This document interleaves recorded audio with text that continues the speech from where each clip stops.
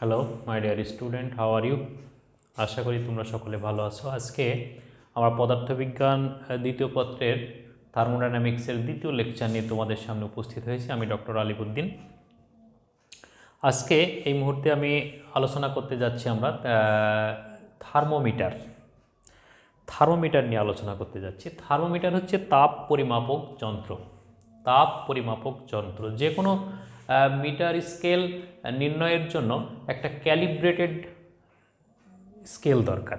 যেই স্কেলে নির্দিষ্ট দাগাঙ্কিত করা থাকবে, সেই দাগের নির্দিষ্ট মান দেখে আমরা অন্য একটা বস্তুর সঙ্গে তুলনা করে সেই তুলনীয় বস্তুকে রেজাল্ট দিতে পারবো। যেমন আমরা একটা আন্তর্জাতিক স্কেলে নির্ধারিত 50 সেন্টিমিটার, 100 সেন্টিমিটার, 10 সেন্টিমিটার উচ্চতার মাপক যে যন্ত্র, সেই মাপকাঠিটা নিয়ে এসে অন্য একটা এই বোর্ডটার দৈর্ঘ্য যদি আমি মাপতে চাই, তাহলে এই বোর্ডের সঙ্গে এটা লাগিয়ে দিই, তাহলে সেইটার সঙ্গে তুলনা করে আমরা এটার দৈর্ঘ্য বের করে থাকি।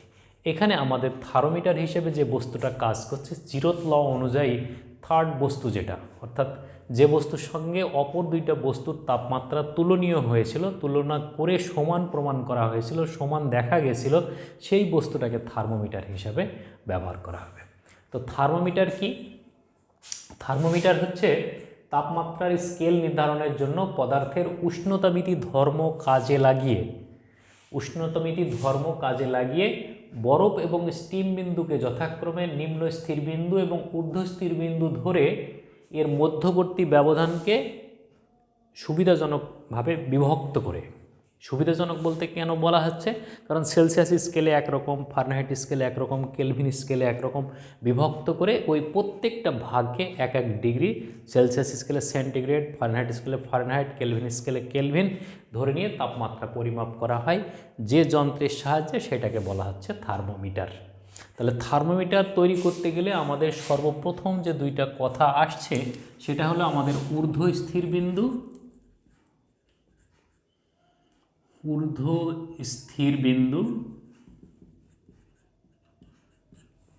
নিম্ন স্থির বিন্দু, এই দুইটা কথা আসছে। আর একটা কথা আসছে আমাদের মৌলিক ব্যবধান।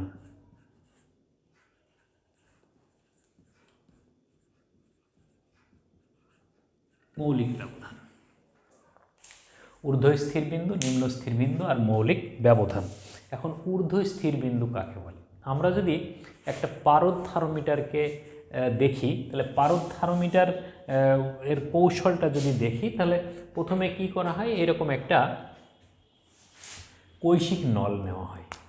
এটা কৈশিক নল, যেটা আমরা পারদ থার্মোমিটার, ডাক্তারি থার্মোমিটার হিসাবে দেখেছি, যে একটা কৈশিক নল নিয়ে সেই কৈশিক নলের একটা মাথা গলিয়ে এরকম করে বাল্বটা তৈরি করা হয়।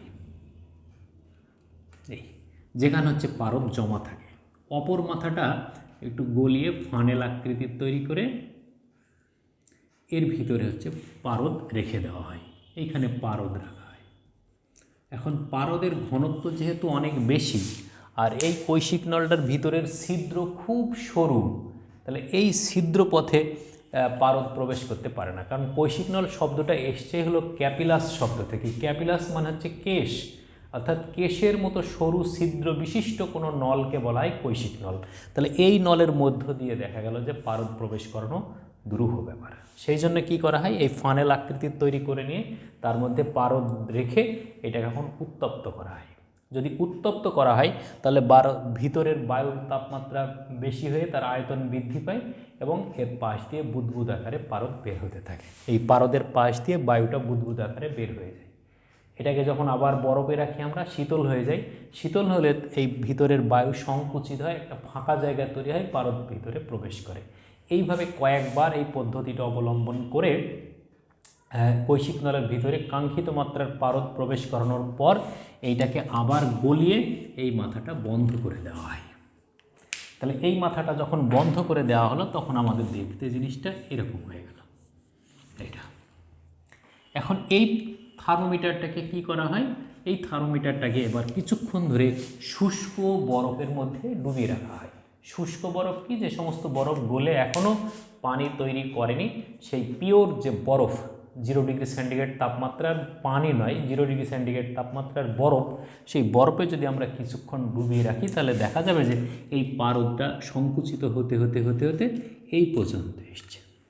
তাহলে এই বিন্দুটাকে বলবো আমরা হচ্ছে নিম্ন স্থির বিন্দু। নিম্ন স্থির বিন্দু, ঠিক আছে। তাহলে এই এল পয়েন্ট যেটা, এই এল পয়েন্টটা হচ্ছে আমাদের নিম্ন স্থির বিন্দু বা এম বিন্দু বলতে পারি এটাকে আমরা। এই এম বিন্দুটা হচ্ছে আমাদের নিম্ন স্থির বিন্দু। এখন এই থার্মোমিটারটাকে, এখনও থার্মোমিটার হয়নি এটা, এই কৈশিক নলটাকে এখন যদি আমরা বাষ্পের তাপমাত্রায় নিজে রাখি কিছুক্ষণ, শুষ্ক বাষ্পের মধ্যে যদি কিছুক্ষণ রাখি, তাহলে দেখা যাবে যে এর পারদের প্রসারণ ঘটেছে। পারদ প্রসারিত হয়ে যখন এই পর্যন্ত আসলো, এই পয়েন্টটা হচ্ছে আমাদের ঊর্ধ্ব স্থির বিন্দু।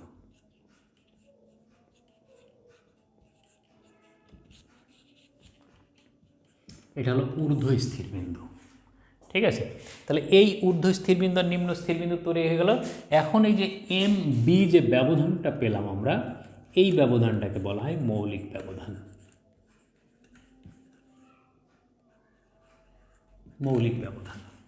এখন এই মৌলিক ব্যবধান যেটা পেলাম আমরা, এই মৌলিক ব্যবধানটাকে যদি আমরা 100 ভাগ করি তাহলে সেটা হবে সেলসিয়াস স্কেল।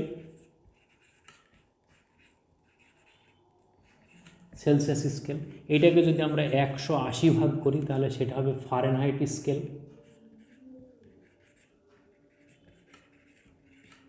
Fahrenheit scale. এইভাবে এটাকে যদি 100 ভাগ করি তাহলে সেটা হবে কেলভিন স্কেল। আমরা এই অংশটুকে বিভিন্ন ভাগে ভাগ করে তাপমাত্রার স্কেল নির্ণয় করতে পারি। এবং এখানে যে জিনিসটা আমাদের কাজে লাগবে সেটা হচ্ছে পদার্থের উষ্ণতামিতি ধর্ম। পদার্থের উষ্ণতামিতি ধর্ম। তাহলে এই পদ্ধতিতে আমরা ঊর্ধ্ব স্থিরবিন্দু এবং নিম্ন স্থিরবিন্দুর মাধ্যমে তাপমাত্রার পরিমাপক যন্ত্র থার্মোমিটার প্রস্তুত করতে পারি। এবং এই থার্মোমিটার যেটা হচ্ছে এটা হলো 2 স্থিরবিন্দুর থার্মোমিটার। 2 স্থিরবিন্দুর থার্মোমিটার। তো চলো আমরা দেখি এই থার্মোমিটার দিয়ে কীভাবে আমরা তাপ পরিমাপ করতে পারি।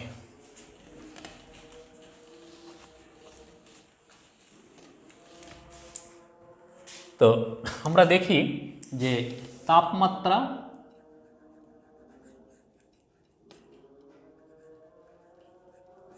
আর এদিকে উষ্ণতামিতি ধর্ম।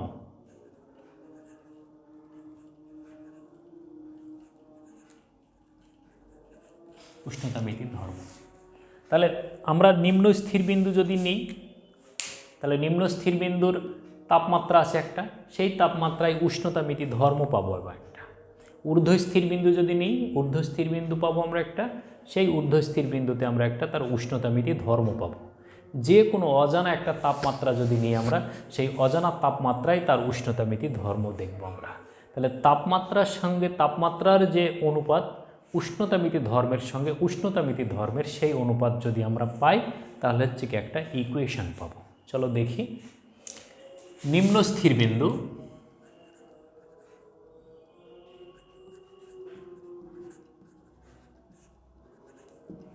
এটা তাপমাত্রা যদি আমরা, যেহেতু বরফ বিন্দুতে দেখেছি আমরা এটাকে, তাহলে এটাকে যদি আমরা থিটা আইস বলি তাহলে উষ্ণতামিতি ধর্মকে আমরা বলছি এক্স আইস। এক্সটা কি? যদি পারদ থার্মোমিটার হয় তাহলে এর দৈর্ঘ্য, এর যদি ভলিউম নির্ণয় করি তাহলে হবে ভি, এর যদি আমরা প্রেশার নির্ণয় করি তাহলে পি, এর যদি রোধ নির্ণয় করি তাহলে হচ্ছে আর। তাহলে এই বরফের মধ্যে তার রোধ কত, বরফের মধ্যে তার দৈর্ঘ্য কত, বরফের মধ্যে তার প্রেশার কত, সেইটা হলো তার উষ্ণতামিতিক ধর্ম। ঊর্ধ্ব স্থিরাঙ্ক,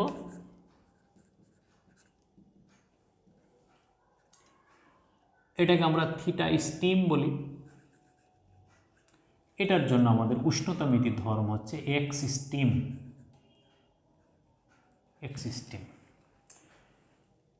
যে কোনো একটা তাপমাত্রা, যে কোনো তাপমাত্রা, সেটাকে আমরা যদি থিটা বলি তাহলে এটা হচ্ছে আমাদের এক্স থিটা। এখন এই 6টা রাশির মধ্যে যদি আমরা একটা সম্পর্ক তৈরি করি, কীরকম? যে তাপমাত্রা, তাহলে অজানা তাপমাত্রা কত? থিটা মাইনাস নিম্ন স্থিরাঙ্কের তাপমাত্রা থিটা আইস ডিভাইডেড বাই ঊর্ধ্ব স্থিরাঙ্কের তাপমাত্রা থিটা স্টিম মাইনাস নিম্ন স্থিরাঙ্কের তাপমাত্রা অর্থাৎ থিটা আইস। এইটাকে যদি আমরা উষ্ণতামিতি ধর্মের সাথে সমতা নিয়ে আসি তাহলে কি হবে? এটা হবে আমাদের x theta minus x ice divided by x steam minus x ice. এইখান থেকে যেহেতু ঊর্ধ্ব স্থিরাঙ্ক নিম্ন স্থিরাঙ্ক আমাদের জানা, নির্দিষ্ট তাপমাত্রা বের করতে পারবো আমরা। এই থিটার মান বের করার জন্য এখন যেটা দরকার আমাদের এই চারটা ধর্ম আমাদের স্টাডি করতে হবে। তাহলে এই চারটা ধর্মের মধ্যে তিন ধরনের ধর্ম আছে এখানে, এক্স আইস আর এক্স স্টিম আর এক্স থিটা। এক্স আইস আর এক্স স্টিম তো স্থির মান, এর মান তো পরিবর্তন হবে না। তাহলে ওই দুইটা যদি আমরা আগে থেকেই নির্ণয় করে রাখি, শুধুমাত্র এক্স থিটাকে দেখলেই আমরা থিটার মান নির্ণয় করতে পারবো। তাহলে এইটাই হচ্ছে তাপমাত্রা নির্ণয়ের জন্য আমাদের প্রাথমিক বেসিক ইকুয়েশন। এই ইকুয়েশনটা ব্যবহার করেই থার্মোমিটারের মধ্যে তাপমাত্রা নির্ণয় করা হয়, এবং যে থার্মোমিটার তৈরি করা হয়েছে সেই থার্মোমিটারের বেসিক ইকুয়েশন হচ্ছে আমাদের এইটা। এই ইকুয়েশনটাকে কাজে লাগিয়েই থার্মোমিটার কাজ করে থাকে। এখন এইটাকে আমরা সেলসিয়াস স্কেলে দেখতে চাই। সেলসিয়াস স্কেলে কি হয়? হ্যাঁ, সেলসিয়াস স্কেলের, তাহলে সেলসিয়াস স্কেলে যদি আমরা দেখি তাহলে কি বলবো?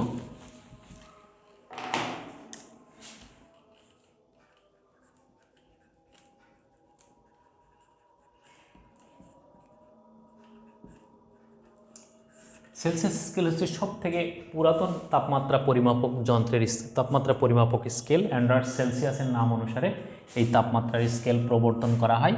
এবং এখানে এই যে থিটা আইস, যেটা theta ice is equal to 0 degree centigrade, অর্থাৎ নিম্ন স্থির বিন্দুকে 0 আর ঊর্ধ্ব স্থির বিন্দু থিটা স্টিম এইটা is equal to 100 degree centigrade. Celsius স্কেলের নিম্ন স্থির বিন্দু অর্থাৎ বরফের তাপমাত্রাকে 0 ডিগ্রি সেন্টিগ্রেড আর স্টিম বিন্দুর তাপমাত্রাকে 100 ডিগ্রি সেন্টিগ্রেড ধরে নিয়ে তাপমাত্রা নির্ণয় করা হয়। তাহলে তখন আমাদের সমীকরণটা দাঁড়াবে theta minus 0 divided by 100 minus 0 is equal to x theta minus x ice divided by x steam minus x ice. তাহলে নিচে কি দাঁড়ালো? বা theta is equal to x theta minus x ice divided by x steam minus x ice into এই 100। এইটা হচ্ছে আমাদের degree centigrade. Degree centigrade. তাহলে সেলসিয়াস স্কেলের তাপমাত্রা পরিমাপের জন্য আমাদের এইটা, ঠিক আছে? এটা হলো সেলসিয়াস স্কেলের তাপমাত্রা পরিমাপের জন্য আমাদের সমীকরণ। এখন এইটাকে যদি আমরা ফারেনহাইট স্কেলে নিয়ে যেতে চাই, ফারেনহাইট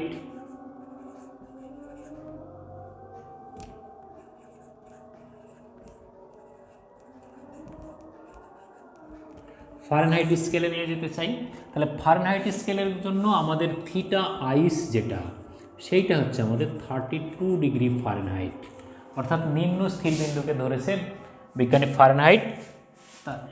তিনি যে স্কেল প্রবর্তন করেছিলেন সেই প্রবর্তিত স্কেলের নিম্ন স্থির বিন্দু অর্থাৎ বরফের তাপমাত্রা ছিল 32 ডিগ্রি ফারেনহাইট, আর স্টিম বিন্দুর তাপমাত্রা কত ছিল? Theta steam 212 degree Fahrenheit. তাহলে এইটাকে যদি আমরা এখন এই সমীকরণে বসাই তাহলে কি পাবো আমরা?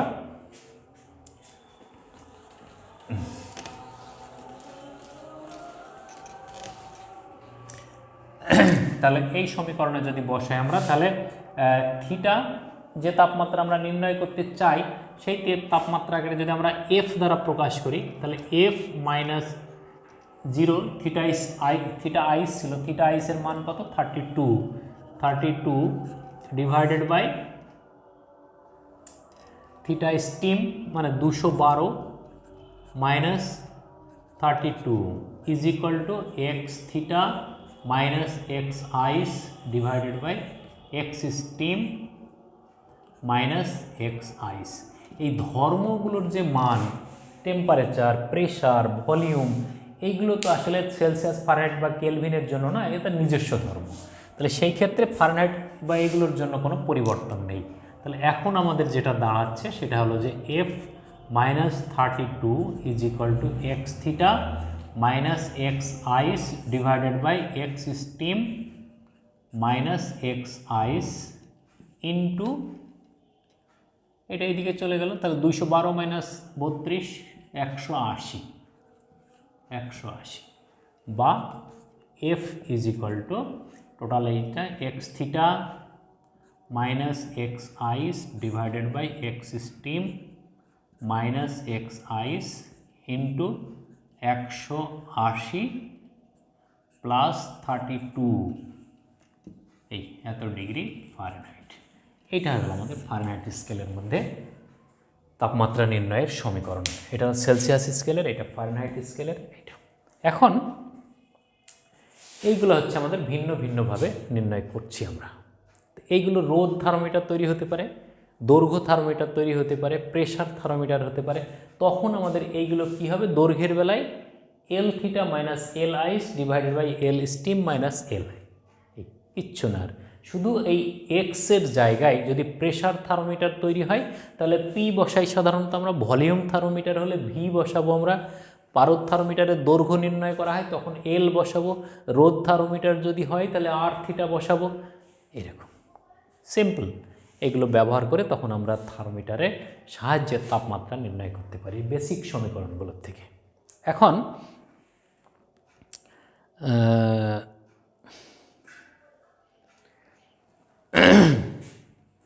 এই যে তাপমাত্রার যে বিভিন্ন স্কেল দেখছি আমরা, তাহলে দেখা গেল যে মৌলিক ব্যবধান আমরা সেলসিয়াস স্কেলের জন্য মৌলিক ব্যবধান পাচ্ছি 100 ডিগ্রি সেলসিয়াস। 100 ঊর্ধ্বস্থির বিন্দু এবং নিম্ন স্থির বিন্দুর মধ্যবর্তী ব্যবধান সেলসিয়াস স্কেলের জন্য আমরা তৈরি করছিল কত, 100। ফারেনহাইটের জন্য কত, 180।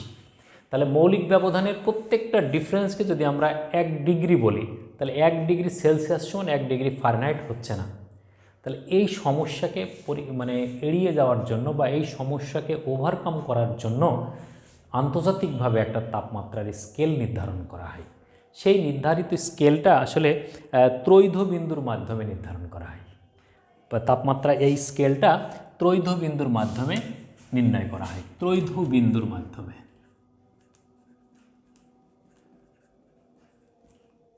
ত্রৈধ বিন্দু, পানির ত্রৈধ বিন্দু যদি দেখি আমরা তাহলে কি হয়,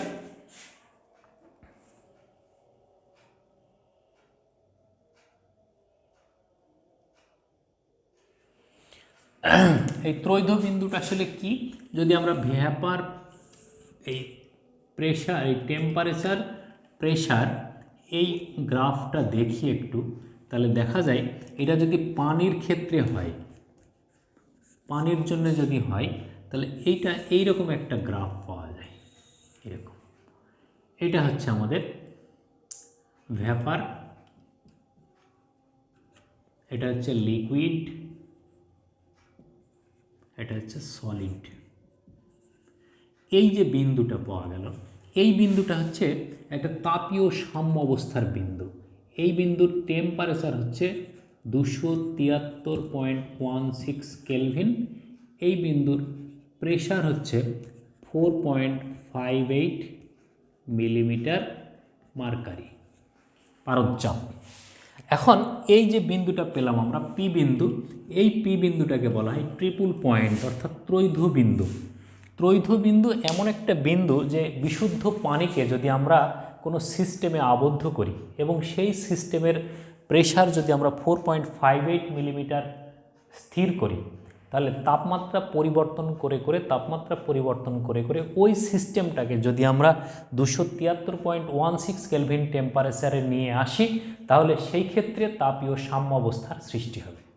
কীরকম তাপীয় সাম্য অবস্থার, তাহলে ওই ত্রৈধবিন্দুর অবস্থানটা এরকম হবে যে এখানে যে বিভিন্ন মলিকুল বা বিভিন্ন কণাগুলো যদি আমরা দেখি তাহলে প্রত্যেকটা কণা হচ্ছে কি তাপীয় সাম্য অবস্থায় থাকবে, এখানে না থাকবে বরফ বলা যাবে, না বলা যাবে লিকুইড, না বলা যাবে হচ্ছে ভ্যাপার। তাহলে এরা কি থাকবে, এই যে ম্যাক্রোস্কোপিক প্রপার্টিজ যেগুলো, সেই প্রপার্টিজগুলো এদের সেম হয়ে যাবে। তাহলে সেম ম্যাক্রোস্কোপিক প্রপার্টিজ যদি হয় এদের, তাহলে এরা কি করবে, একটা থার্মাল ইকুইলিব্রিয়াম তৈরি করবে। তাহলে কোন টেম্পারেচার এবং প্রেসারে করছে, এদের মান নির্দিষ্ট। অর্থাৎ বিশুদ্ধ পানিকে যদি আমরা কোনো সিস্টেমে আবদ্ধ করি, তাহলে সেই সিস্টেমের নির্দিষ্ট প্রেসার এবং নির্দিষ্ট টেম্পারেচারে তারা হচ্ছে থার্মাল ইকুইলিব্রিয়াম তৈরি করে। সেই থার্মাল ইকুইলিব্রিয়াম অবস্থাটাকেই বলা হচ্ছে পানির ত্রৈধবিন্দু বা ট্রিপল পয়েন্ট। এই ট্রিপল পয়েন্টের টেম্পারেচার হচ্ছে 273.16 কেলভিন, এর প্রেসার হচ্ছে 4.58 মিলিমিটার মার্কারি প্রেসার। এই ত্রৈধবিন্দুর কনসেপশনটা কাজে লাগিয়ে এক স্থির বিন্দু থার্মোমিটার তৈরি করা হয়েছে। কীরকম, তাহলে এইখানকার টেম্পারেচার যেটা, সেটাকে যদি আমরা টিপি বলি, তাহলে টিপির মান আমাদের নির্দিষ্ট। টিপি ত্রৈধবিন্দুর তাপমাত্রা, ত্রৈধবিন্দুর তাপমাত্রা টিপি, আর ত্রৈধবিন্দুর উষ্ণতা মিতি ধর্ম সমান এক্সপি। তাহলে এইটা যদি হয়, তাহলে এখন যেটা দেখব আমরা যে এক্সপি এবং টিপি এরা পরস্পর সমানুপাতিক, অর্থাৎ টিপি প্রপোর্শনাল টু এক্সপি। তাহলে এখন যদি এইটা আমরা অন্য একটা জায়গার নিয়ে যাই, তাহলে সেই ক্ষেত্রে কি হবে, অন্য কোনো জায়গায় যদি আমরা নিয়ে যাই, তাহলে সেখানকার টেম্পারেচার আমরা কি দেখব।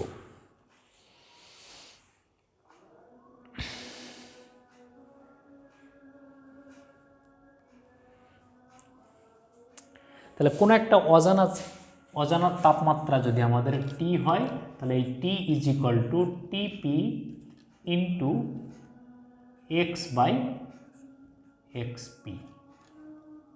এই সমীকরণটা থেকে শুধুমাত্র একটা বিন্দুর তাপমাত্রা নির্ণয় করে, বা একটা বিন্দুর, এই সমীকরণটা ঠিক না, তাহলে একটা বিন্দুর তাপমাত্রা থেকে আমরা হচ্ছে ওই অজানা তাপমাত্রা নির্ণয় করতে পারি। তাহলে এখানে কি লাগবে, এক্সপি আর টিপি তো আমাদের জানা থাকবে, যে পদার্থ বের করব তার উষ্ণতামিতিক ধর্ম এবং তাপমাত্রা আমাদের জানা। তাহলে শুধুমাত্র ওই টেম্পারেচারে তার উষ্ণতামিতি ধর্ম নির্ণয় করে হচ্ছে থার্মোমিটার তৈরি করা যায়। এইটাকে বলা হয় এক স্থির বিন্দু থার্মোমিটার। এক স্থির বিন্দু থার্মোমিটার। এই ট্রিপল পয়েন্ট টেম্পারেচার কনসেপশনকে ব্যবহার করে আমরা হচ্ছে এই থার্মোমিটার তৈরি করতে পারি। তাহলে এই ট্রিপল পয়েন্ট আসলে কি, পানির ত্রৈধবিন্দুকে কাজে লাগানো হয়। পানির ত্রৈধবিন্দুর টেম্পারেচার, পানির ত্রৈধবিন্দুর প্রেসার যদি আমরা দেখি, তাহলে হচ্ছে এই মানটা পাবো আমরা এক্সপি আর টিপি। এখন কোনো একটা তাপমাত্রায় ওই পদার্থের উষ্ণতামিতি ধর্ম প্রদর্শন করলেই শুধুমাত্র হচ্ছে সেই বিন্দুর তাপমাত্রা পেয়ে যাবো আমরা। ঠিক আছে, এইভাবে এক স্থির বিন্দুর মাধ্যমে আমরা হচ্ছে থার্মোমিটার প্রস্তুত করতে পারি।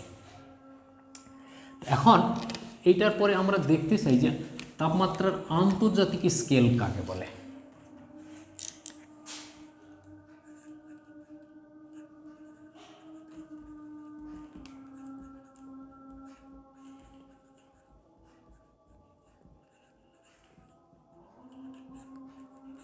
তাপমাত্রার আন্তর্জাতিক স্কেল, ইন্টারন্যাশনাল স্কেল, যেটাকে পরম স্কেলও বলা হয়।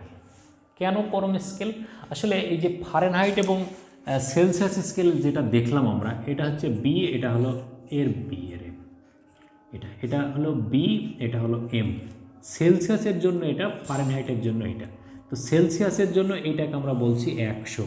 অ্যাট দ্য সেম পয়েন্ট ফারেনহাইটের জন্য এটাকে আমরা বলছি 180। তাহলে কি দাঁড়ালো, যে এর 1 ডিগ্রি আর এর 1 ডিগ্রি কিন্তু সমান না। তাহলে এটা একটা ডিফিকাল্টিস। এই ডিফিকাল্টিসকে ওভারকাম করার জন্য বিজ্ঞানীরা আন্তর্জাতিকভাবে সিদ্ধান্ত গ্রহণ করে যে এমন একটা স্কেল প্রদর্শন করা দরকার, যেটা হচ্ছে সব জায়গায় একই রকমভাবে মান প্রদর্শন করবে। সেখানে কি করলো তারা, সেখানে ওই যে পানির ত্রৈধবিন্দুর যে তাপমাত্রা, পানির ত্রৈধবিন্দুর তাপমাত্রা কত, 273.16। এই 273.16 কেলভিনকে তারা ব্যবহার করে বলছে যে 273 1/273.16 এইটাকে একক ধরে একটা ইন্টারন্যাশনাল স্কেল প্রদর্শন করেন, যে স্কেলটাকে বলা হয় তাপমাত্রার পরম স্কেল বা আন্তর্জাতিক স্কেল।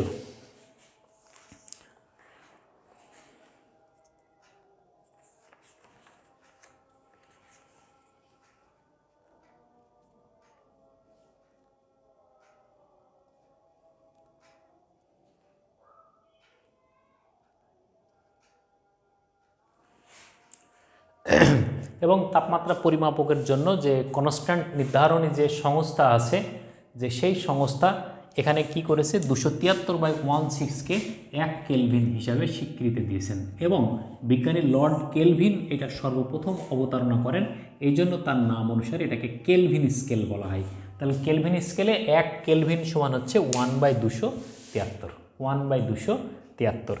এই ত্রৈধবিন্দুর তাপমাত্রাকে কাজে লাগিয়ে এই স্কেলটা প্রবর্তন করা হয় এবং তাপমাত্রার আন্তর্জাতিক স্কেল বা ইন্টারন্যাশনাল স্কেল হিসাবে এটাকেই স্বীকৃতি দান করেছে। এটা পরম স্কেলও বলা হয় তাপমাত্রার। ঠিক আছে, তো আমরা এখন একটু দেখতে চাই যে তাপমাত্রার যে বিভিন্ন স্কেল আমরা দেখলাম, এই বিভিন্ন স্কেলের মধ্যে রিলেশনটা কী।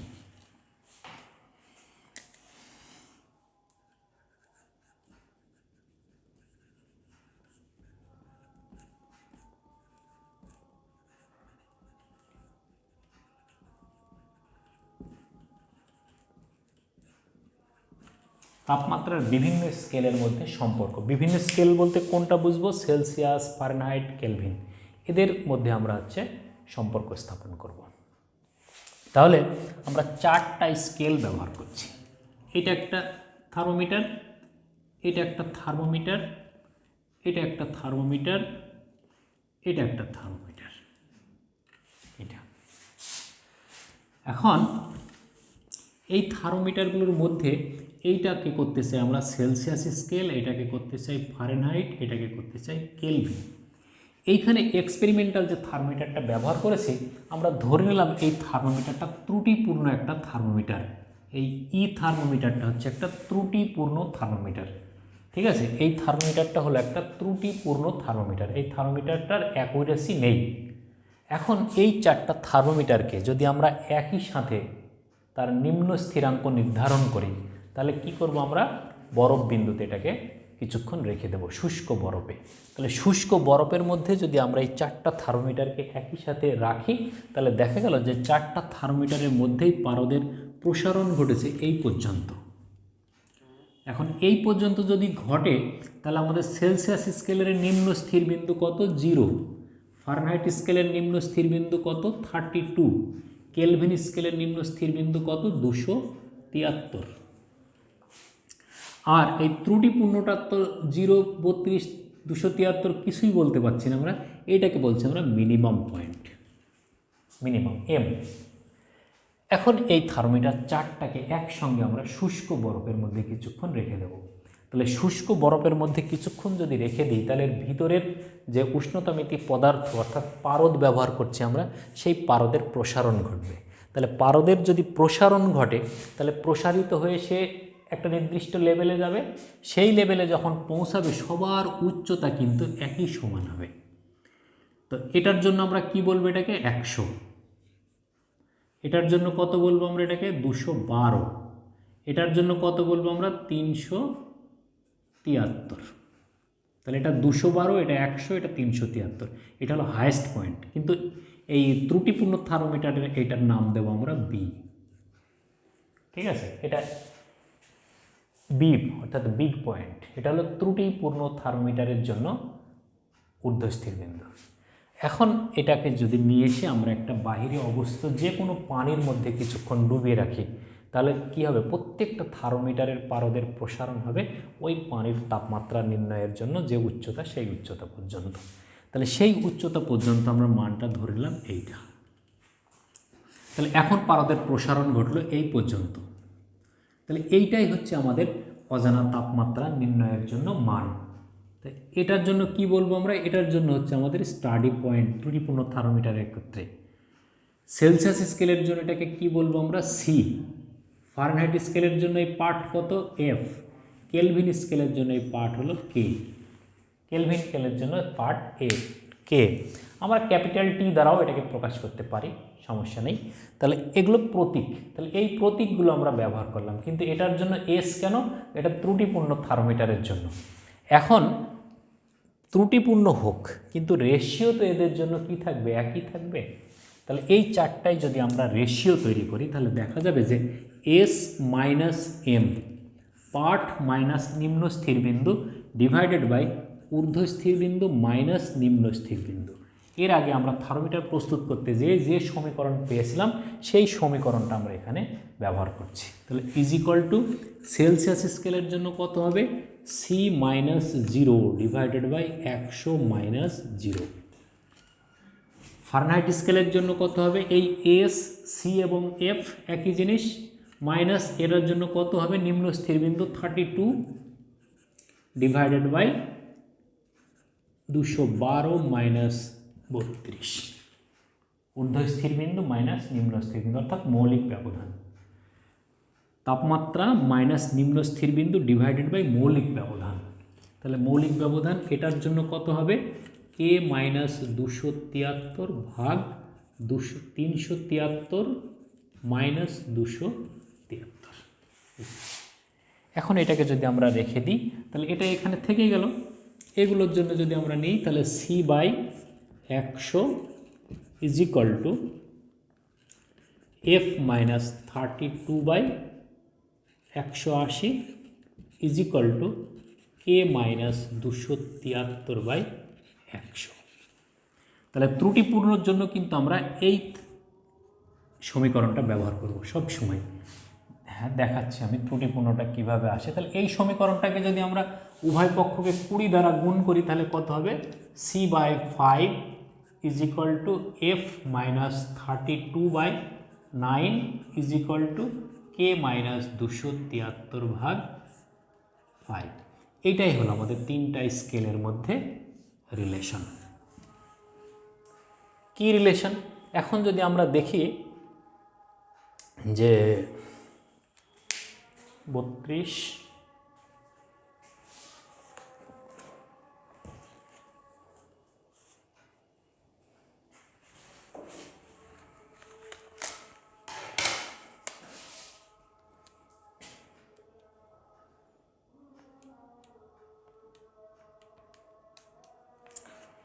এখন যদি আমরা দেখি কোন স্থানের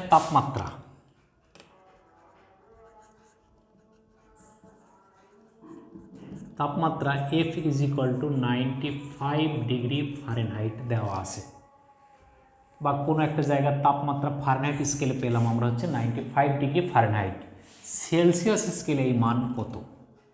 তাহলে এখন আমরা এই অংশটুকু ব্যবহার করব। তাহলে কত আমরা জানি, C by 5 is equal to F minus 32 by 9। এখন এই এফ এর মান হচ্ছে তাহলে কত, 95। তাহলে সি সমান কত হবে, 95 মাইনাস 32 সমান হচ্ছে 63 ডিভাইডেড বাই 9 ইন্টু 5। তাহলে 7 5 35, 35 ডিগ্রি সেন্টিগ্রেড। আমরা এই সমীকরণ ব্যবহার করে যে কোনো তাপমাত্রার স্কেল ট্রান্সফরমেশন করতে পারি। অর্থাৎ এত ডিগ্রি সেলসিয়াস আছে, কত ফারেনহাইট হবে, এত ফারেনহাইট আছে, কত কেলভিন হবে, এগুলো আমরা হচ্ছে জাস্ট একটা সমীকরণের মাধ্যমে এগুলোকে ট্রান্সফার করতে পারি। তো এখন এইভাবে আমরা হচ্ছে থার্মোমিটারের স্কেলের অর্থাৎ তাপমাত্রার বিভিন্ন স্কেলগুলোকে ব্যবহার করে এর গাণিতিক সমস্যাগুলোও দেখতে পারি। শুধু একটা সমীকরণ আমাদের মনে রাখতে হবে, ঠিক আছে? তো এই সমীকরণ ব্যবহার করে আমরা থার্মোমিটারের এই অঙ্কগুলো করব। কোনো সমস্যা থাকলে সমাধান করতে হবে। তো এই আর কি, ভালো থাকো, সুস্থ থাকো, আবার দেখা হবে। আল্লাহ হাফেজ।